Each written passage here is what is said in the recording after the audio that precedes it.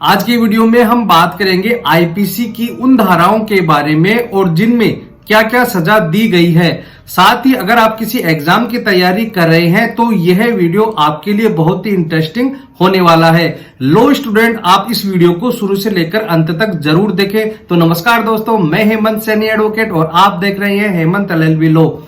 सबसे पहले आईपीसी की धारा है 124A। इसमें राजद्रोह के बारे में बताया गया है, जिसमें आजीवन कारावास या 3 वर्ष की सजा का प्रावधान दिया गया है।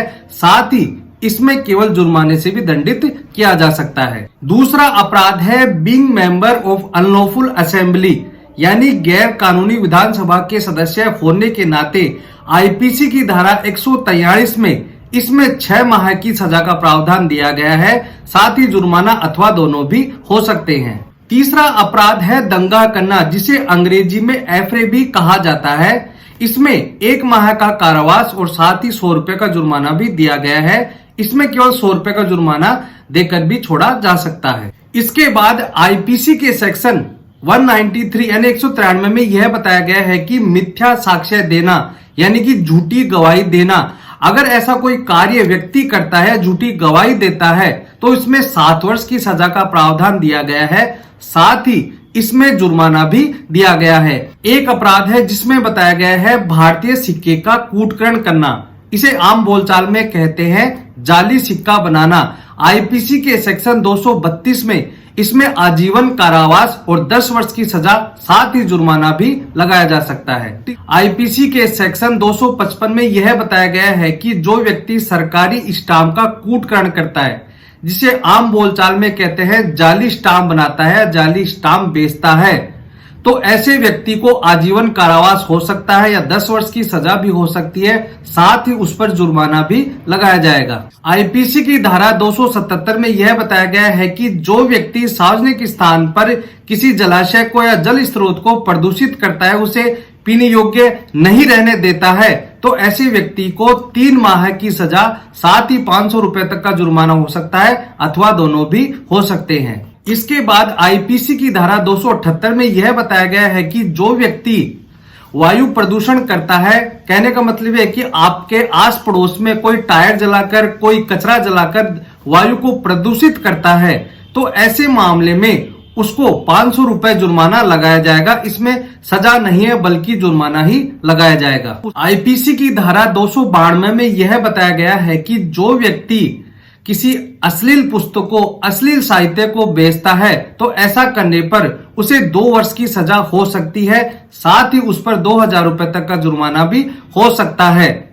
कहने का मतलब यह है कि अगर कोई व्यक्ति अश्लील यानी सेक्सुअल कोई साहित्य बेचता है या कोई कैसेट बेचता है या फिर कोई पोर्नोग्राफी की कोई चीज बेचता है, तो उसे 2 वर्ष की सजा हो सकती है और उस पर 2000 रुपए जुर्माना भी हो सकता है। साथ ही दोषी पाए जाने पर वह जेल से छूटने के बाद वही कार्य अगर वह दोबारा करता है, तो उस पर वह सजा बढ़ाकर 5 साल कर दी जाएगी और जहां पर 2000 रुपए जुर्माना लगाया गया है, उस पर 5000 रुपए जुर्माना लगाया जाएगा। अब हम जानते हैं आईपीसी के सेक्शन 302 के बारे में।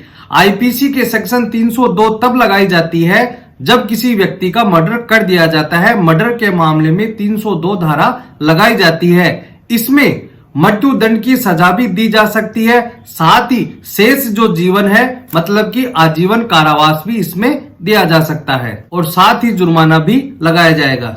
आईपीसी की धारा 304B में यह बताया गया है कि किसी महिला को दहेज के लिए मार देना, तो इसमें सजा दी गई है कम से कम 7 वर्ष की सजा का प्रावधान दिया गया है और अधिक से अधिक आजीवन कारावास की सजा दी गई है।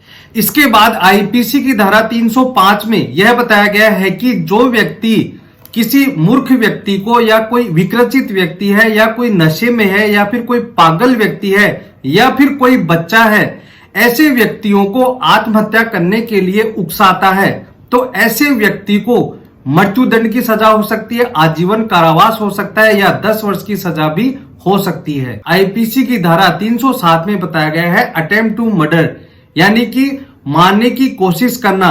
अगर कोई कार्य या फिर ऐसा अपराध कोई व्यक्ति करता है, तो उस पर 10 वर्ष की सजा का प्रावधान दिया गया है। साथ ही उस पर जुर्माना भी लगाया जाएगा। आईपीसी की धारा 312 में यह बताया गया है कि जो व्यक्ति किसी महिला का जबरदस्ती एबॉर्शन कराता है या बच्चा गिरवाता है तो ऐसे में उस पर 3 वर्ष की सजा का प्रावधान दिया गया है। साथ ही जुर्माना भी लगाया जाएगा। आईपीसी की धारा 323 में यह बताया गया है कि अगर कोई व्यक्ति किसी दूसरे व्यक्ति को साधारण चोट पहुंचाता है तो उसमें 1 वर्ष की सजा का प्रावधान दिया गया है और 1000 रुपए जुर्माना भी दिया गया है, अथवा दोनों भी हो सकते हैं। आईपीसी की धारा 325 में ग्रीवियस हर्ट के बारे में बताया गया है, यानी गंभीर चोट के बारे में बताया गया है। इसमें 7 वर्ष की सजा का प्रावधान दिया गया है।